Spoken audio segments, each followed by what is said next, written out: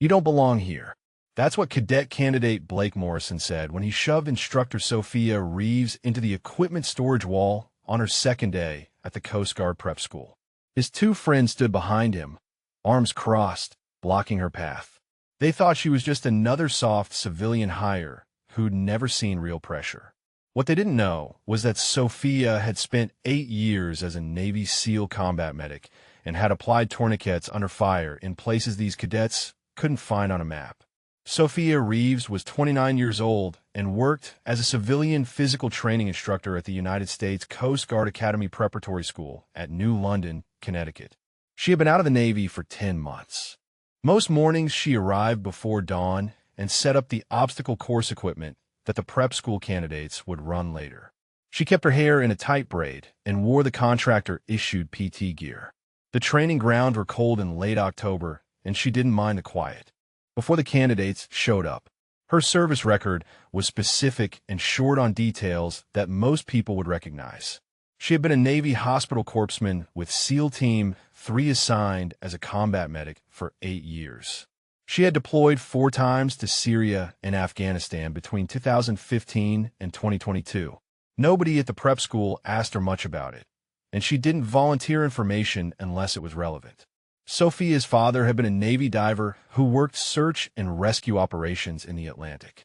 He taught her to swim in cold water when she was 7 years old using a lake in upstate New York that never got warmer than 55 degrees.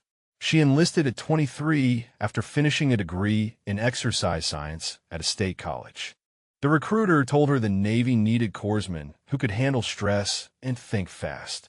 She told him she could do both. They sent her to Field Medical Training Battalion at Camp Pendleton for initial corpsman training, and she finished in the top 15% of her class. The instructors noticed she stayed calm during trauma scenarios that made other students freeze. When the SEAL support slots opened, her senior chief put her name forward. She completed the Navy Special Operations Combat Medic course at the Naval Special Warfare Medical Institute and maintained the recurring certifications required of Special Operations medics. The pipeline was harder than anything she had experienced. She learned to treat penetrating chest trauma in small boats during night operations and to manage shock and blood loss while wearing 60 pounds of gear in desert heat. Under fire, her actions were practiced and automatic. Tourniquets high and tight for massive limb bleeding.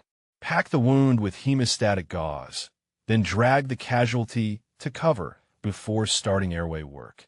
Her first deployment was to Damascus in 2015. She worked as the primary medical asset for a SEAL platoon conducting direct action missions. Her motivation wasn't complicated. Her father had told her once that the hardest job in any crisis was staying useful when everyone else was panicking. He said the person who kept their head and did the work was the one who saved lives. When she left active duty, it wasn't because she was done. The operational tempo had worn her down, and she wanted to teach instead of deploying. She took her discharge and found work where her experience could shape the next generation. The prep school was designed to prepare young candidates for entry into the service academies. Most of the students were potential cadets 17 to 19 years old, fresh out of high school, trying to prove they were ready for the discipline of the Coast Guard Academy. The staff included active duty personnel, retired military, and civilian contractors. Sophia had been hired as a civilian PT instructor to run conditioning programs and teach basic combat fitness. Cadet candidate Blake Morrison was the senior candidate in Alpha Company. He had been at the prep school for 8 months and had a reputation for pushing boundaries. His 2 closest friends, candidates Harper and Cruz, followed his lead.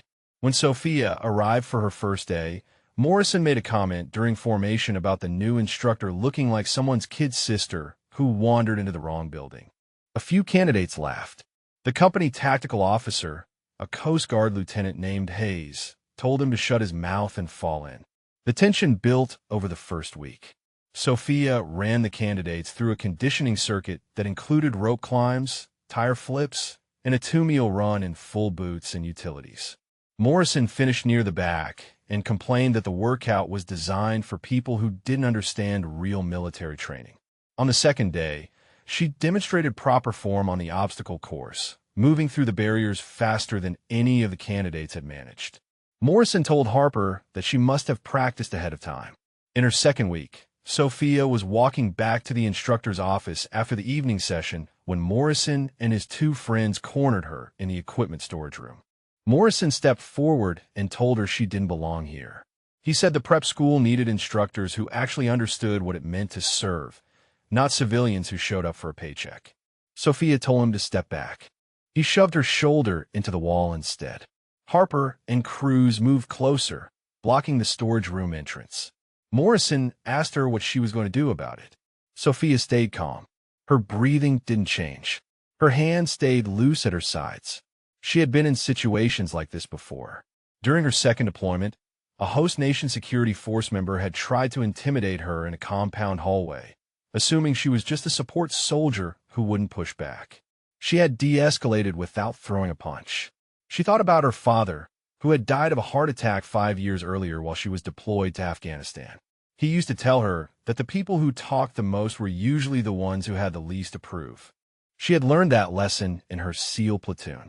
The loudest guy in a room was rarely the most dangerous. Sophia looked at Morrison and told him he had 5 seconds to step back before she reported him. Morrison laughed and said the tactical officer didn't care what a civilian instructor thought. He told her she could leave on her own or they could make her leave. Harper cracked his knuckles. Sophia didn't move. Lieutenant Hayes walked around the corner 30 seconds later. He saw the 3 candidates blocking the storage room and told them to get back to their quarters immediately. Morrison started to say something, but Hayes cut him off. The candidates left. Hayes asked Sophia if she was all right. She said she was fine. He told her to file an incident report and that he would handle it. The next morning, Morrison and his 2 friends were called to the company commander's office. The company commander issued a written admonition and placed Morrison under administrative review. He was removed from off-campus privileges for 2 weeks. Harper and Cruz received verbal warnings. Morrison walked out angry and told Harper that the new instructor had just made their lives harder for no reason. During the next physical training session, Morrison made a show of finishing the run faster than before and told Sophia loudly that maybe she should try to keep up. Sophia didn't respond. She waited until the end of the session and told the company that the following week they would be running a full combat fitness evaluation that included a 10-mile ruck march, water survival drills, and a timed obstacle course under evaluation conditions. Several candidates groaned. Morrison said it sounded like someone was trying to prove a point. Sophia told him he was free to drop from the evaluation if he didn't think he could handle it. The evaluation was scheduled for a Saturday morning. The prep school brought in additional evaluators, including a senior Navy SEAL Master Chief named Rodriguez, who was visiting from the Naval Special Warfare Center at Virginia Beach to observe training methods. Sophia didn't know Master Chief Rodriguez was coming until that morning. When she saw him near the start line, she recognized him immediately. He had been the leading chief in her first SEAL platoon in Damascus. Master Chief Rodriguez saw her and walked over. He asked her how long she had been at the prep school. She told him 10 months. He asked her if the candidates knew who she was. She said no. He smiled and told her they were about to find out. The evaluation started with a ruck march. The candidates moved out carrying 40-pound rucks in full utilities. Sophia walked with them carrying the same load. The water survival drills came next, conducted under an approved risk assessment with lifeguards and medical personnel on standby. The candidates had to swim 50 meters in full utilities, tread water for 5 minutes, and retrieve a 10-pound weight from the bottom of the pool. Morrison finished the swim, but struggled on the tread. Harper barely passed. Cruz had to be pulled out after 4 minutes. Sophia completed the entire sequence without visible effort. The obstacle course was the final event. Master Chief Rodriguez stood at the finish line with a stopwatch. Morrison posted a time of 7 minutes and 58 seconds, the fastest of the morning. He walked off and told Harper that at least he had set a standard the instructor couldn't touch. Sophia ran last. Master Chief Rodriguez called her to the start line and told the candidates to watch. She moved through the course with the kind of efficiency that comes from years of repetition under pressure. She cleared the walls without hesitation, moved through the rope climb without wasting motion, and finished at a pace that left most of the candidates staring.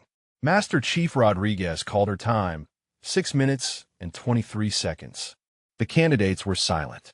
Master Chief Rodriguez told them they had just watched a former Navy SEAL combat medic run a course she had qualified on dozens of times during her 8 years with the teams. He told them Instructor Reeves had deployed to some of the hardest combat zones in Syria and Afghanistan and had treated casualties under fire that most of them couldn't imagine. He said if they had questions about what real service looked like, they should ask her instead of assuming they already knew. Morrison's face went red. He didn't say anything. Harper looked at the ground. Cruz walked away. Sophia spent the rest of the day answering questions from candidates who wanted to know more about her deployments. She kept her answers short and focused on lessons rather than stories. She told them that being part of a team meant trusting the people around you and earning that trust through consistent work. Lieutenant Hayes pulled her aside later that afternoon. He told her Master Chief Rodriguez had submitted a formal commendation for her performance and had recommended her for a senior instructor position with the Naval Special Warfare Preparatory Training Program. Sophia told him she would think about it. Morrison approached her 2 days later near the training area. He didn't apologize directly, but he told her he hadn't known about her background and that he had made assumptions he shouldn't have. Sophia told him assumptions were easy to make and hard to undo. She said the best thing he could do was focus on his own performance and stop worrying about proving himself to people who didn't matter. He nodded and walked away. The next week, Sophia received an email from the Naval Special Warfare Center offering her a contract instructor position for SEAL candidate preparation courses. She thought about her father sometimes, especially on the cold mornings when the training grounds were empty and the sun was just starting to come up. He had been right. The hardest job in any crisis was staying useful when everyone else was panicking. Sophia had done that her entire career, and she would keep doing it as long as there were people who needed someone to show them what real competence looked like under pressure. The morning air at the Coast Guard prep school carried the sharp bite of Connecticut winter. She stood near the obstacle course, watching the empty training area before the candidates arrived.